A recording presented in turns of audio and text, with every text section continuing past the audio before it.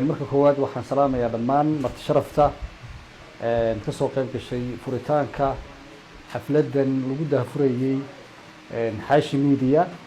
dabcan sidaynu ognahay xaashi media wuxuu ka mid yahay qoladii ugu horeysay ee warbaahineed ee gobolka Sanaag gaar ahaan Ceergaabo marka imika bogaadin iyo inaan u ducayno